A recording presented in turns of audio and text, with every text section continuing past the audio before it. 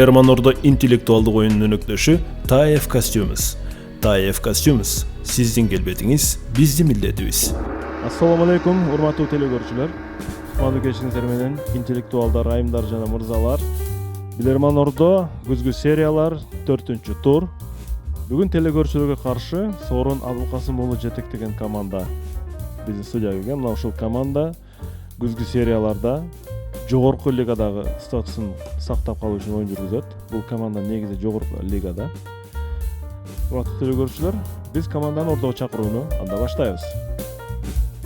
Демек, бүгүнкү 4-турга Жуманазар Акылбек уулу келген.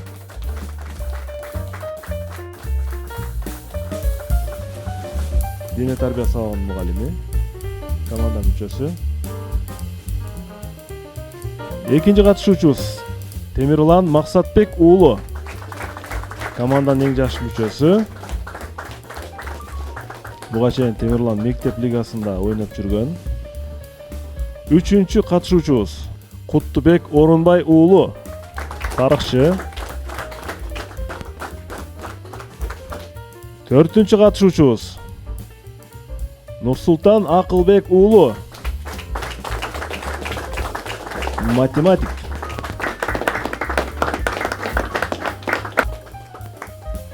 Бешинчи катышуучубуз Илгизбек Шамырзаев, педагог.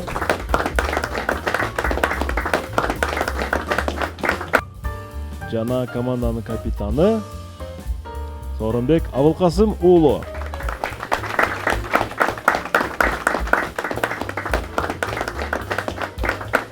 Педагог. Дээрлик педагогдордон куралган команда. Мына ушул курам бүгүн оюн жүргүзмөкчү.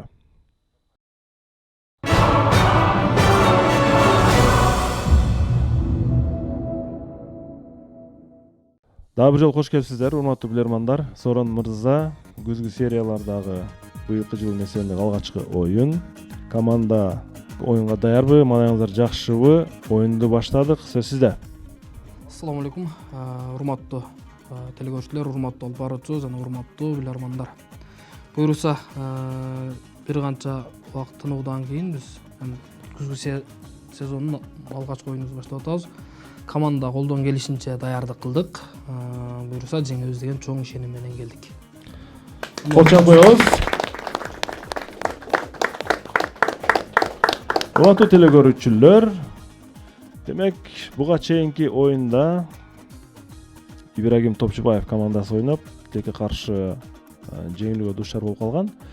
Бүгүн Сооронбай мырза жогорку лигада статусун сактап кала алабы? Маселе ушунда. Биздин дарек Ош шаар Ленин көчөсү 330, экранга көңүл бурабыз жана уюлдук телефондорду алып биздин даректерди жазып калыңыздар жана суроо жөнөтүп бериңиздер. 330 Ленин көчөсү Билерман Ордого деп жазыңыздар. Бул каттар аркылуу болсун. Facebook'та Билерман Ордо баракчасы катталыңыздар жана суроо калтырыңыздар. Билерман чекит TV күчүкчө mail чекит ру биздин электрондук дарек. Билерман астың сызыкча Ордо биздин Instagram'дагы расмий аккаунтубуз жана YouTube'да биздин Билерман Ордо оюндарын көрсөңүздөр болот. Ал үчүн Билерман Ордо деп жазсаңыздар эле биздин оюндар чыгат Кут медиа каналынан. Расмий өнөктөштөр Барбол, адал таттуу дайыма жаңы гана продукциялар менен бизди жана телекөрүүчүлөрдү кубандырып келет. Чоң рахмат Барболго. Дизайн, актив дизайн, полиграфия жана жарнак борбору бардык рекламалар үчүн сиздерден буйрутма кабыл алат. TAEF Costumes сиздерге ийгилик каалайт. Анда биз оюн баштадык.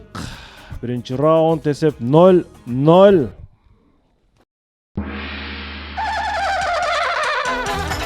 Биринчи раунд.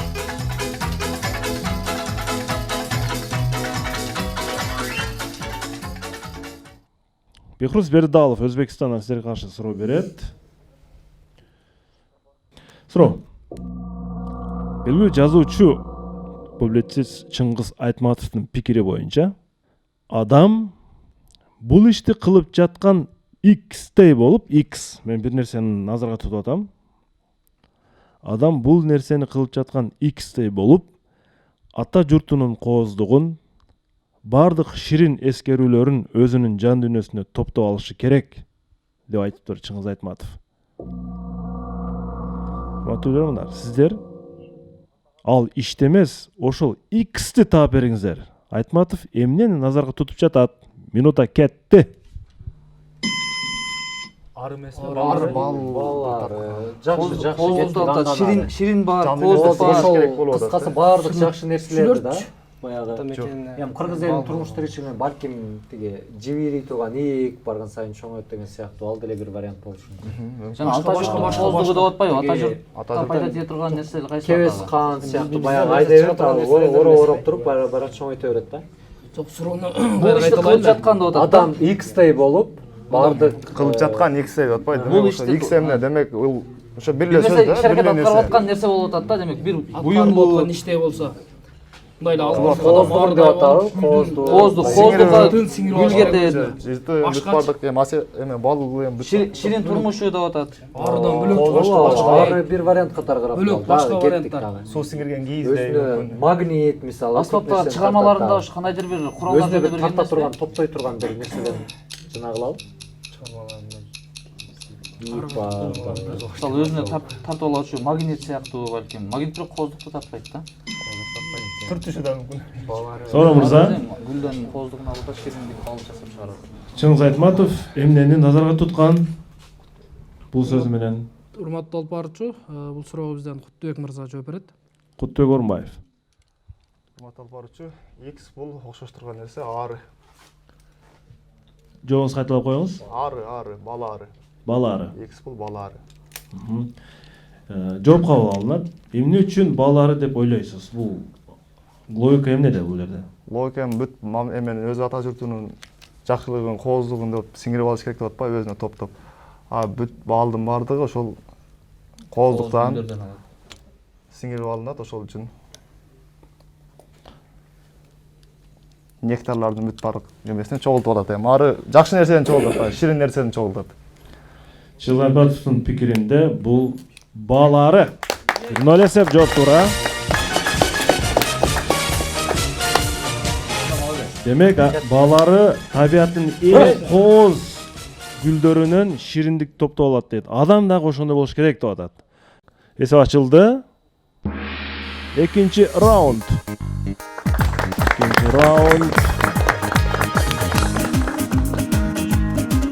Бехруз Бебаловго рахмат. Чыңгыз Айтматов тууралуу ушул суроону изилдеп бизге жөнөткөндүгү үчүн.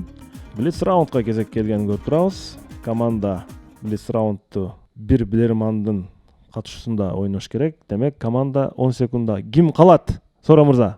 Куттубек мырза. Куттубек Орунбаев.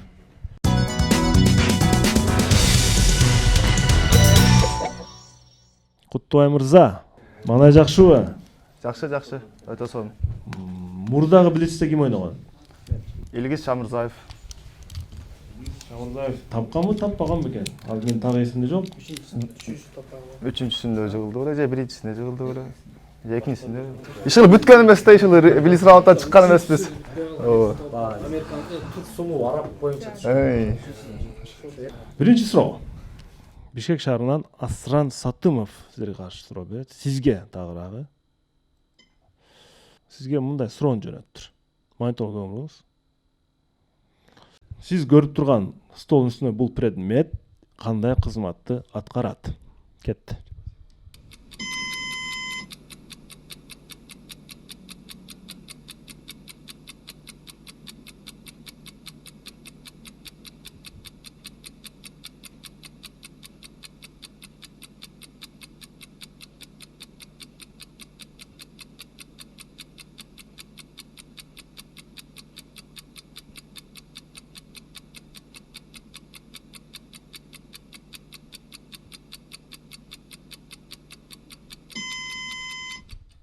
Куттубай. Урматтуу алып баруучу, бул фасон жасалышына караганда бул ошо окуучулардын, балдардын үй тапшырмалары салынып, унутпаш үчүн салына турган, дептер салына турган эме окшойт го дейм, эстеткич. Дептер салына турган. Ооба, үй тапшырмасын унутпаш үчүн ошол жака салына турган. Ошонун ичине салып коет. Жооп кабыл алынат. Туура жооп. Негизи жооп сүрөттүн өзүндө айтылып турган. Назар салсаңыз, тиги нар жакта отурган кыз баланын колунда бир нерсе турат. Жана ал мына мындай кызматты аткарат. Куттубай мырза. китепти окуган жерин биз бүктөп коебуз го. Жакшы кирдиң бирок. Капшырма. Булар бүктөбөй эле ушул нерсенин үстүнө китепти коюп коет, каалаган учурда ачып окуй берет.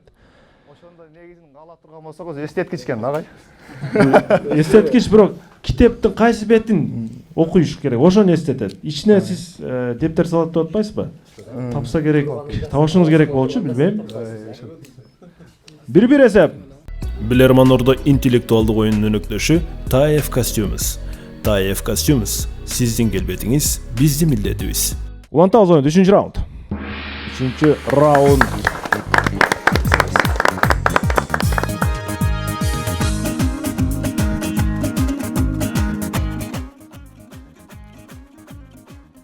Раунд Жахангир Кайнаров Өзбекстандан, Сырдария облусунан сизге каршы суроо берет.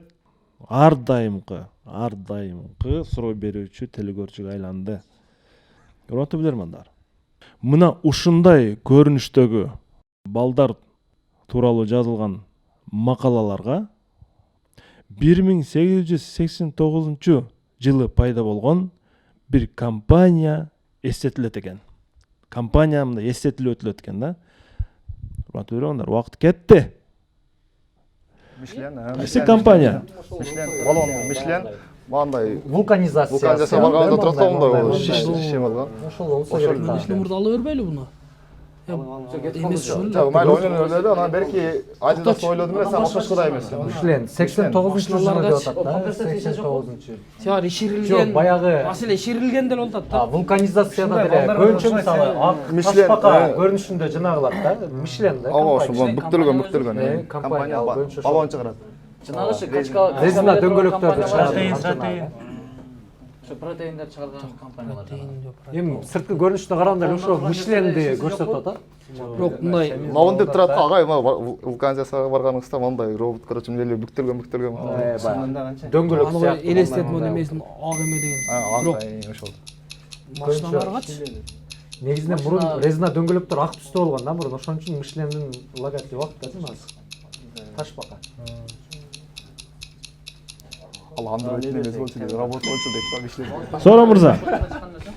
Толпарчы бул суроого Илгиз Шамырзаев. Илгиз. Урматтуу алып баруучу, негизи ошол баланын сүрөтүнө карай турган болсок, бул жерде биринчи эле көзгө тартылган элес вулканизацияларда ошол адамдарды өзүнө чакырып туруучу бир жарнак катары пайдаланган атайын бир ташбаканын элесиндеги сөлөкөттү көрүүгө болот. Демек 1889 жылы ачылган компания бул Мишлен компаниясы. Бул Мишлен компаниясы жооп тура. Сиздерге компаниянын элесин дагы бир жолу эстетип коеюн. Мына ушул компания. Бул ар дайым баягы эмне үчүн мындай балдар тууралуу макала деп жазылып атат суроодо. Билесиздерби? Ушундай Мишлен деген синдром бар да. Балдар арасында ушундай оору бар, жаш балдар арасында. Бул ашыкча тери, Илгиз мырза. Тери баягы мындай, байкайсыңарбы? Мындай бырыш болот, ашыкча терилүү балдар бар. Териси мындай чоюлчак дейбизби айтор. Ошол синдром менен ооруган балдар тууралуу макалада атайын ушул Мишлен деп. Менимче 2 минутаны команда коюп жиберди азыр. 4-чү раунд. 4-чү раунд. Мишлен дүйнөдөгү дөңгөлөккө тиешелүү компания. Goodyear жана Bridgestone дагы немеси оборот өтө чоң. Нурбек Станбеков Алабукадан сиздерге каршы суроо берет. Суроого өтөбүз. Баарыбыз үй курганда же башка курулуш иштеринде кышты колдонобуз. Стандарттык кыш өлчөмү, стандарттык кыштын өлчөмү Кутбай 25 см болот, узундугу 25 см болот. Бийиктиги 6,5 см чейин болот. Жана туурасы 12 см болот. Стандарт. Эми сиздерге суроо. Эмне себептен кыштын туурасы 12 см жасалган? Эмне үчүн андан чоң эмес, узун эмес? Назарга эмне тутулган бул жерде? Кетти. Ким жооп берет? Нурсултан Акылбек уулу. Урматтуу алып баруучу, бул боюнча мисалы курулушта биз 25 эмес, бизде 20 колдонулат, демек стандарттуу эмес. 20га 21ге 10 деген. 12-ни 2 катар Ал койгондо стандарт эмес бирок. 12-ни 2 катар койгондо, туурасынан койгондо жана узундун үстүнө 25-ке. Ортодо 1 сантиметрлик место ашат. Ошол жерге аларды катыруучу ортодо клей дейбизби, балким растворбу, цемент ошол жерге коюлат. Ошон үчүн кылынса керек. Себеби 10-го 21 деген ошол максатта кылынган деп бир уккан элем. Демек ортодогу цемент коюлуучу жер ошон үчүн деп атасызбы? Эгерде ал 12,5 болуп калса, эгерде ортолугу туура келбей калат да, дал келбей калат. Жанагынын үстүнө 12-ни койгондо 25-ти туура так басыш үчүн ошон үчүн атайын кылган. 2 туурасынан койгондо дагы жана 25-ке дал келиш үчүн. Чийип көрсөтө аласызбы? Сиз эмнени азыр мага айтып атасыз? Биринчи узун 25-ти чийиңиз, бийиги 6,5 сантиметр деп көрсөңүз, анан туурасы 12 сантиметр деп көрсөтүңүз мага. Сиз ал узун чийдиңиз 25 сантиметр. Узундан ушуну эгерде биз 2 катарынан кое турган болсок, узундан, ошонун ортосуна биз туурасынан 12ге кылып жаябыз. Ошондо ортолукта кандай балким эки шекесинде калышы мүмкүн, дээрлик арасында ортолуктагы учурлар калышы керек. Могу жагы 12, бул жагы 12, ортодо раствор коюлат, кирпичтер бири-бирине жакшылап сакталып калышы үчүн, связка болуш үчүн. Биринчи туурасынан коюлат мындай кирпич, анын үстүнө биз узунунан кирпич койгондо 12, бул жагы 25ке 2 кирпич батыш керек да үстүнө. Мынтип эле түшүндүрөйүнчү, мына кирпич, бул жагы 25, бул жагы 12, бийиктиги 6,5. Туура көрсөттүңүз. Ушунун үстүнө мына кирпичти койгонубузда бирөөнү туурасынан коебуз, 2 кирпичти, анын үстүнө мондойну койгондо дагы жанына бир кирпич коюлат. Ортолукта кандайдыр боштук калат. Ал боштукка раствор кириши керек, клей, мындайча айтканда. Жооп кабыл алынат. Туура жооп. Жен ордодон пикир сурап көрөйүн. Кимде кандай вариант бар? Биздин оюбузча айтылгандай 25 сантиметр, 12 сантиметр. 25-ти 2ге бөлгөндө ошол бир кирпичтин үстүнө кара эле 2 кыш туура келиши керек. Команда айткандай эле ошол ортогодогу 1 сантиметрге кандайдыр бир катыруучу раствор куюлган үчүн ошон үчүн 12 сантиметр кылынышы мүмкүн. Нурстандын пикири тууралык деген ойду айтып атасыз. Мен туура жоопту айтайын. Маселе ыңгайлуулукта, Нурстан мырза. Ыңгайлуулук кимге болуш керек? Ыңгайлуулук устага болуш керек. Кирпич коюучу устага. Кирпич коюучу уста бир кол менен кышты кармайт, Нурстан, бир колунда андаба болот. Цемент ала турган андаба болот. Демек анын бир колу бош эмес. Бир кол менен кармайт. Бир кол менен кармаш үчүн кыш ага колуна чак түшүш керек. Кыйналбастан кышты алыш керек ал. Ушул кыйналбастан алыш үчүн атайын адистер кирпичтин туурасын стандарттык эсепте 12 сантиметрге эме алган. Анткени кол бармактар ылдый түшкөндө кирпичти кадимкидей кыпчыш керек да, бармак. Кыпчып туруп, анан кийин фундаменттин же болбосо катарга коюп, ошентип катырып кете берет. Сиз айтып аткан аралыктан цемент куюш керек деген ал буга түшпөйт, Нурсултан мырза. Бул стандарттык абалда эреже, атайын курулуш тармагында эреже мына ушундай. Ыңгайлуу болуш үчүн. 2-2 эсеп азырынча. 2-2. Нурбек Станбеков алал карап тургону 5-чи раундга старт берет. 5-чи раунд. Билерман Ордо интеллектуалдык оюнунун өнөктөшү TAEF Costumes. TAEF Costumes сиздин келбетиңиз биздин милдетибиз. Раунд.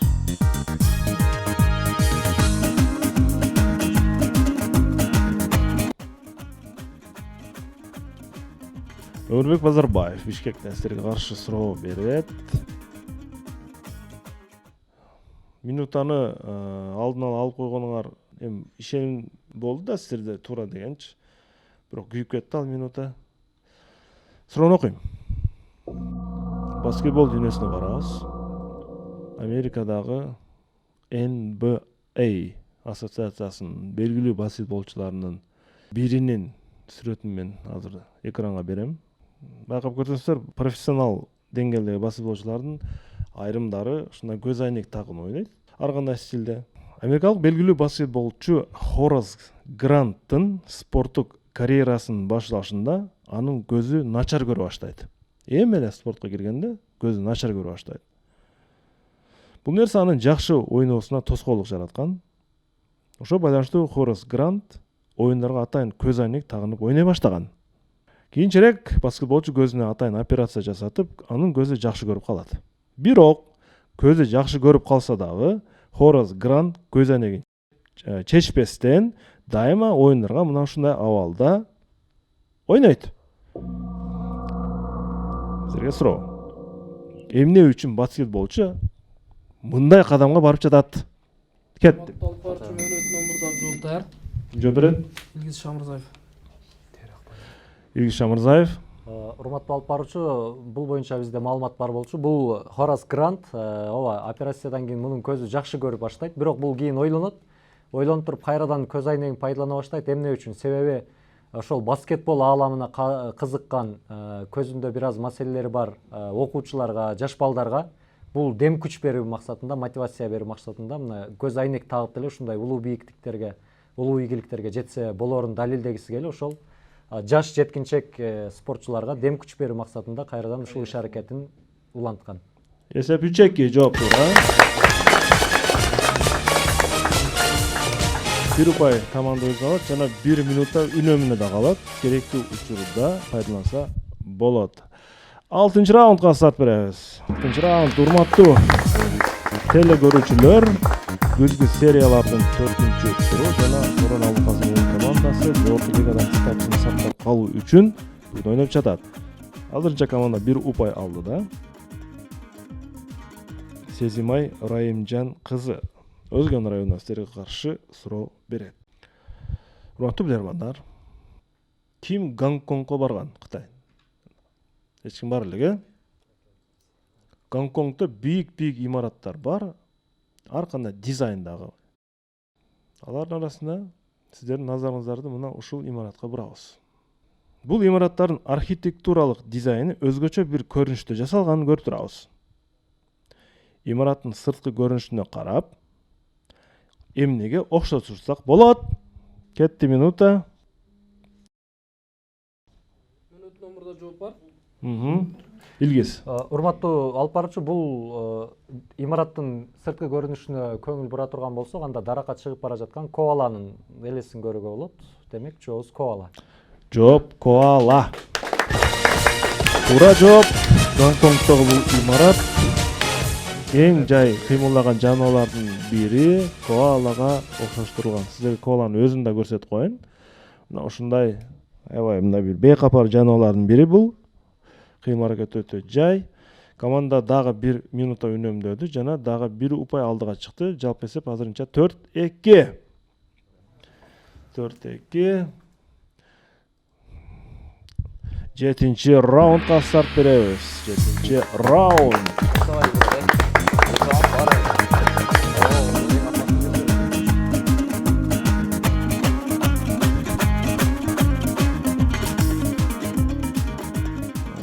Ибраим Топчубаев да мурда Семетей Амиралиевдин командасы ойногон. 6-5 эсебинде команда премьер лигага чыгып кетти. Нурланбек кызы Айжамал силерге каршы суроо берет. Урматтуу билермандар, Шайлообек Дүйшеевдин ыр жыйнактарында төмөнгүдөй бир саптар бар. Кездер болот досторда кас санаган, кездер болот тууганда каттабаган, баары жалган жасалмаган жалгыз гана, жаныңдагы көп чекит, көп чекит, көп чекит. Кетти минута. Алып барчу мөөнөтүнөн мурда жооп даяр. Ким жооп берет? Куттубек. Куттубек. Урматтуу алып баруучу, бул көлөкөң таштабаган деген сөз менен аяктайт. Эч ким калбаганда акыры көлөкөң калат. Көлөкөң калат. Жооп туура.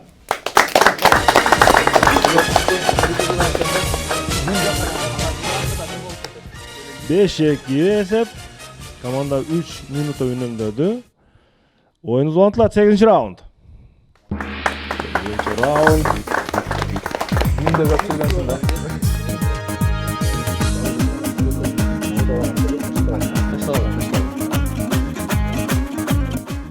Шайлообек Дүйшеевдин ырларынан тааныштык барбы?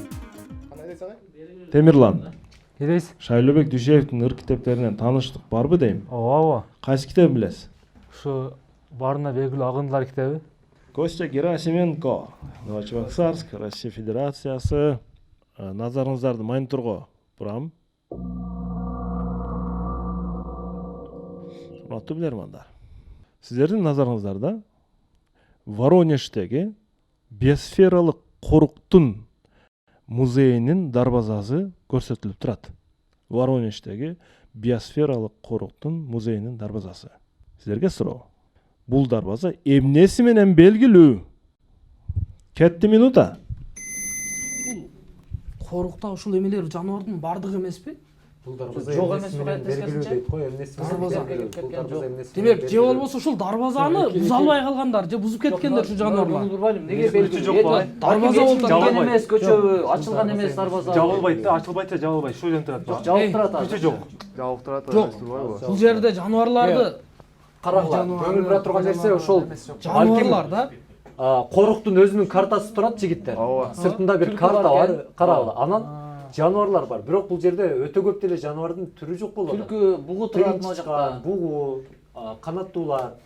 Кайсы Бул жерде жаныбар кешип кеткенден анда канаттуу деле учуп чыгып кетиши мүмкүн да бул жерде. Демек, ушул корукта бар жаныбарлар. Бул дарбаза эмнеси менен белгилүү? Бир фильмде, мультфильмде бир кадр катары Мына четте чегарасы турат, коруктун чегарасычы. Балким Жок. жерде бугу бар, ал жерде ошо бугулар жайгашып. Кайсы бир кинолордо келген эмеспи дарбаза? Ошондой болушу мүмкүн да. Мультфильм же Дарбаза кинолорду дегенде элестетпейли ушул жөнүндөгү? Жанагы жаныбар жөнүндө кино бар го, алга тиешеси жок, ушул жерде татылган эмеспи? Зверопой деген ба? Чебурашкачы жакында чыккан Чебурашканы балким ушундай бир корукта тартышты Кинону, го. мына бугунун жанындагылар, бугуну жей турган жаныбарлар эмелер эмеспи, жырткычтар? Шолорду бир карайчы. Дагы эмне болушу мүмкүн? Ой, Тыйынчыкан турат жерде, мисалы биракта. коён бар Балким экен. ошол мисалы Крыловдун бир эстелиги деле болушу мүмкүнбү? Жандачы тамсилдерине байланыштуу мисалы жаныбарлар. Же дарбаза ачык болгон карта. Бирок суроону таптаана коюп атат. Бул Дарбазада эмнеси ошонун менен картасы го белгилүү? дейт. Сорон мырза. Коруктун картасы дарбазада берилген. Сорон мырза. Үнөмдөн 1 мүнөттү алабыз. Неге? Биз өз үнөмдөгөн Жооп бересиздерби же? Урматтуу алып барчу, биз үнөмдөгөн 3 мүнөт убактыбыз бар, Ооба. Ошонун 1 мүнөтүн алабыз. Кетти минута. Картадан башка чыгат. Каралаңыздар, тыйынчы чыккан, могу бир кашкулак сыяктуу жаныбар турат, таш бака бар экен. Бугу, коён, канаттуулар ушуларды мындай бириктирип бир жомокко алып келсек болобу? Бул дарбаза эмнеси менен белгилүү деп атат. Бул ба жетимен сыйкырчынын Воронеж. эмесиндеги эме эмес, а? Жанагы Алиса деген китеп бар. Алиса Керметтер дүйнөсүндө Атында эмес, а? Так, Воронеж деген кино жокпу? Россияга издейинчи, Россиянын Бул эме окшойт го да, бул Музей деп атат. бул ошол Воронеждин же ошол өзүнүн негизги багында мындай айтканда аборигендер окшойт го, ошол жактан илгертен жашагандар, эч жактан көчүрүп келбеген же ошол Табигый баягы. табигый эч жакка келбеген, ошол жерде Бирок отурушкан. анын дарбазага Дарбазага эмнеге байланышы бар да? Дарбаза эмне менен популярдуу болуп атат? Дарбазада бир сыр бар да, бир эмнеси нерсени менен айтат. белгилүү? Маны көрүп туруп Булар балким алтындан жасалган эмеспи? Бир философиялык эмес, мааниде аялдар жок. алтынга тете деп Тамам жооп айырмалаш койлу кийин деген да. мааниде. Алтындан жасалган болушу мүмкүн. Же болбосо булар сувенир болушу мүмкүн. Ал жерге барган адам сувенир катары өзү менен сатып алат. Ошол илинип турган жердегиден ба? Же болбосо мына жердеги жаныбарлардын айырмасы жокпу? Оң жактагылар, башка жаныбарлар ушул тарапта дарбазаны ачканда эки жакка кетет да. Бул дарбаза эмнеси менен белгилүү? Жолдун Менимче эки бул метри өзү ачылып, кино өзү чыгарма жабылган. ушулардан. Ошол эле демек кино же мультфильм да? Демек кайсы бир кинолордо, кайсы бир мультфильмдин бир эмесинде Эгерде сүрөттөлгөн эме бар. Дарбаза ачылганда бир тош окуя болот. бирок Зверопойдон ошондой дарбаза бар, а? Ачылаганда бар да. Pixar'дыкы же Walt Disney'дики? Walt Disneyби? Жок ал. Кинолор башталган Жок, болот. Диснейдин эмесиндеги Фильмдер дарбаза эмеспи чын? Сорон мырза. Сорон мырза. Ким жооп берет? Урматтуу алып барчу, сәл тура эмесирээк болуп калды, ошого өзүм жооп бер деп атышат. Өзүм жооп берип көрөйүн. Биздин так эмес, бирок Walt Disney, адашпасам Walt Disney эмесинде мультфильм же кинолорунда башталган эме дарбаза. Эмне башталган? Кинонун башталышында же болбосо кайсы бир эменин башталышында бул ачылган дарбазаны көрөбүз да? Ошол дарбаза. Жооп кабыл алынат. Walt Disney'деги кандайдыр бир мультфильм же эмне? Walt Disney компания компаниясынын мультфильминдеги мисалы үчүн ошол эме мультфильминдеги ар бир эмес чыгарма эмелеринде баш кинолордун мультфильмдин тасмалардын башталышындагы дарбаза. Жооп кабыл алынат. Воронеждеги дарбаза болсо, Walt Disney ушуну алышы мүмкүнбү? Америка орустардан бир нерсе албай калды го. Кайра эле Орусиянын өзүнө келебиз. Walt Disney'ден бул жака кайра келебиз. Жана бул баарыбызга белгилүү болгон, миллиондогон адамдар көрө алган В мире животных деген программанын бет ачарындагы ачылган дарбаза, урматтуу билермандар. Сиз эстедиңерби? Жаныбарлар дүйнөсү деген ОРТда бүгүнкү күндө да чыгат. Советтер Союзунан бери чыгып келет. Ушул дарбаза. Ошол баягы турналар, акуулар учуп кетет го, дарбаза ачылганда. Мына ошол дарбаза болчу. Мында бир сиздерде мында айланып тегеренип кайра кетип калдыңар да. Россия, Новочебоксарскдан Россиянын телегөрчүсү жөнөтүп жатса, демек бул Россияга өзүнө байланыштуу эле суроо болчу. Мындай маңызын туура таптыңар. Ачылат дедиңер, башка болот дедиңер. Бирок Уолт Дисней эмес. Бул жаныбарлар дүйнөсү, же болбосо в мире животных деп аталган. Азырынча эсеп 5-3. Телегөрчүлөргө бир упай кошулуп кетти бул жерде. Команда дагы да болсо алды да. Эгерде ушул раундду туура тапса, команда 6-3 эсебинде жеңишке жетишет. 9-раунд. 9-раунд.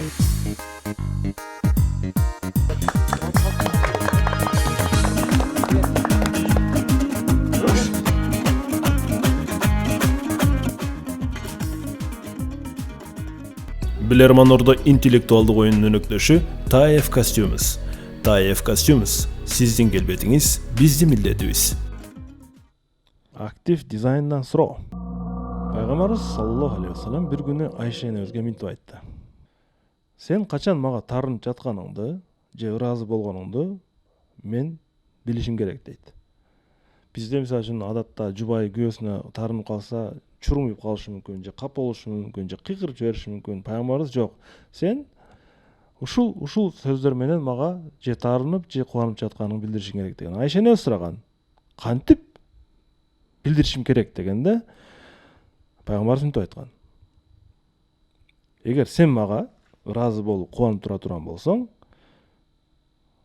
жок, Мухаммеддин Кудайы менен ант ичем деп айтасың дейт. Эгерде мага ыраазы болсоң, кубанып турсаң, ушул сөздү айтасың дейт. Эгер мага нааразы болуп кала турган болсоң, сен жок, ушул пайгамбардын Кудайы менен ант ичем деп айтасың дейт. Урматтуу билермандар. Пайгамбарыбыз Айшени өзгө кайсы пайгамбарды кошуп айт деди эгер нааразы болсо. Кетти минута. Жок, Ибрахим го дейм. Атасы Ибрахим да мунун. Түздөн түз линия Ибрахим да. Ибрахим пайгамбар ошонун түздөн түз пайгамбардын эмеси да. Жок, өзүнө макул болсо разы болуп атат. Демек жараткан Кудайга разы болуп атат. Бир гана анан ушуну кошуп айтасың демек дегенде. бул жаралышына себепчи болгонго капа болуп атат. Демек Нааразы болсо. Нааразы болсоң, Атаңа деген эле маани бар го. жок, азыр нааразы болсо Мухаммеддин Кудайы менен деп атат, туурабы? Жок, разы болсо. Нааразы болсоң, Дагы бир эме Ибрахим пайгамбар. Анын деле Кудай ошол болуп атпайбы? Жок. Маселе анын ал ширк эмес да.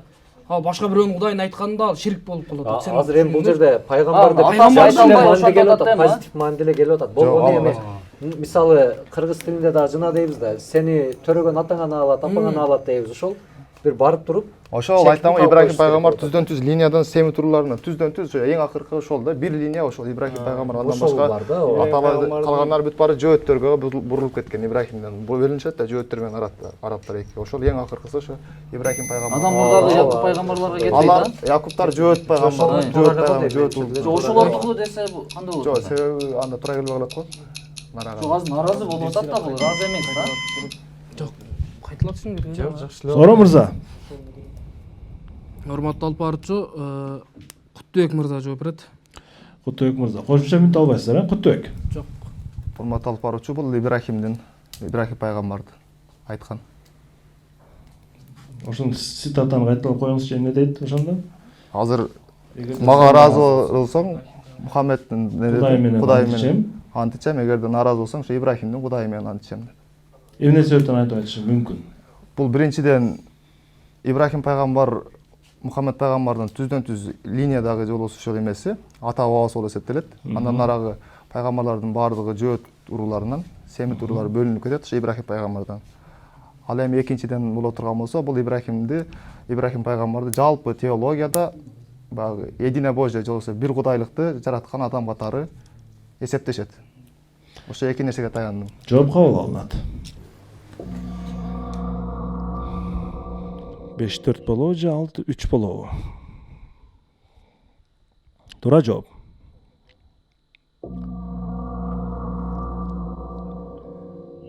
Туура жоопту айтканга чейин ордодон бир пикир сурап коеюн.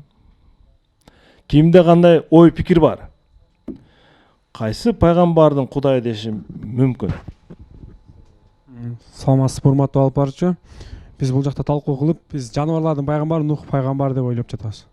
Нух Пайгамбар. жаныбар пайгамбары эгер Нух эмес, Сулайман. Биз Сулайман, Нух пайгамбар деп ойлоп Нух. атабыз. Түшүнүктүү. Ар бириң өзүңө пайгамбар кылып алдың. Дагы кимде пикир бар? Жок, туура жооп айтам.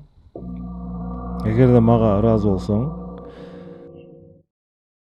анда Мухаммедтин Кудай менен ант ичем деп айтасың дейт. Эгерде мага таарына турган болсоң, анда Ибрагимдин Кудайы менен ант ичем деп айткын дейт. Мына ошентип 6-3 эсебинде Сооронбай Абылкасымовдун командасы күзгү серияларда жогорку лигадагы статусун сактап калды. Жана бул команда күзгү сериялардын финалга ойноого жолдомо алды. Оюн жыйынтыкталды. Жана 6-3 эсебинде бүгүн команда 3 упай айырма менен телегөрчүлөрдү жеңип алды.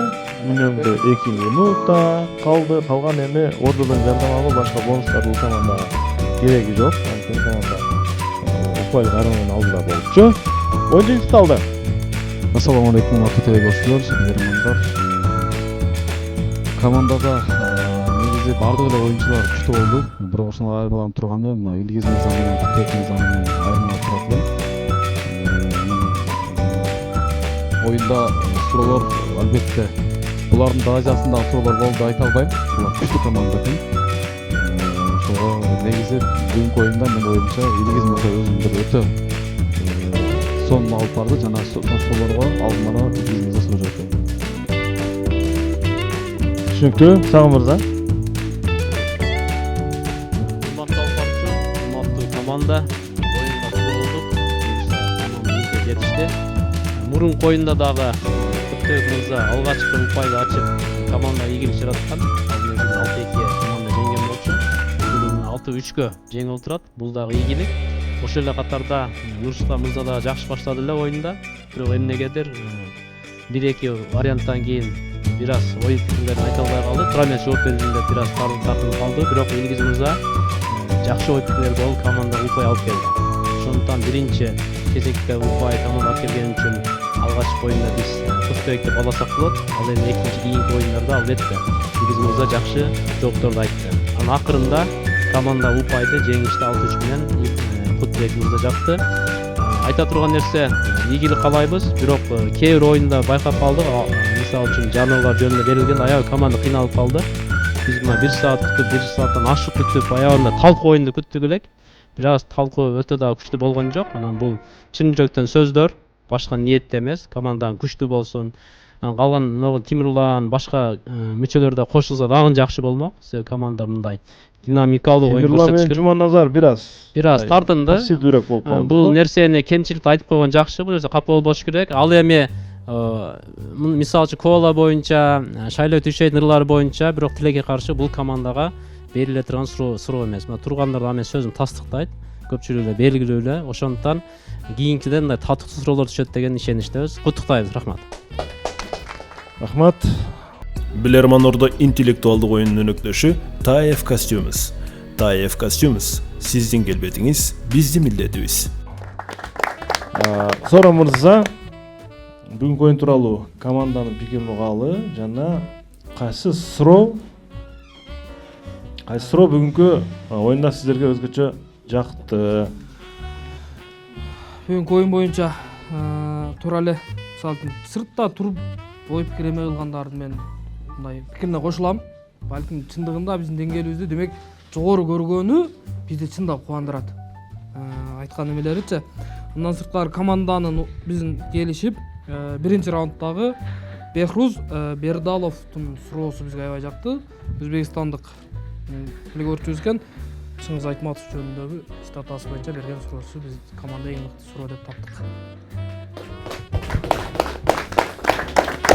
Бехруз Бердаловдун Чыңгыз Айтматовдун балары тууралуу айткан цитатасындагы суроону кызыктуу суроо деп команда эсептепти. Айрым суроолор жеңил болуп калды, команданын деңгээлинде эмес деген сөздөр айтылып калды. Сиз кошуласызбы ушуга, Сооронбай мырза? Урматтуу алып баруучу, негизи биздин эме баягы тапса демек жеңил суроо, таппай калса оор суроо деген ошолбойм. Бирок чындыгында балким эгерде команда ал суроолор биздин деңгээлге сырттагылар айтканына караганда демек биздин деңгээлибиз жогору эле экен деген сүйүнүч гана болуп атат да мендечи. Демек мына биз жөнүндө сырткы адамдардын ою жакшы экен дегенчи. Студент болуп окуп жүргөндө бир профессордон сураган элем.